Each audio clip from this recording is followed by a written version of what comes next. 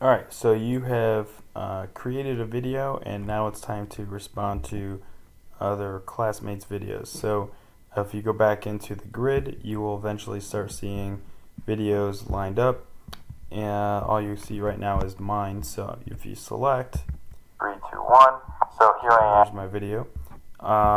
You have the opportunity to add your reply over here to the right by doing another video to someone. As you can see, I've responded to my own video.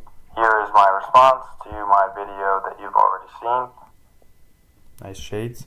So anyway, that's how you do it, and those will line up on the right, and you can 3, 2, 1.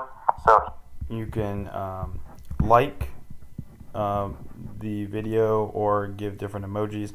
I'm not entirely sure what they all mean. I'm imagining that this guy maybe have a question, so on and so forth, but either way, that's how you respond to a classmate's video.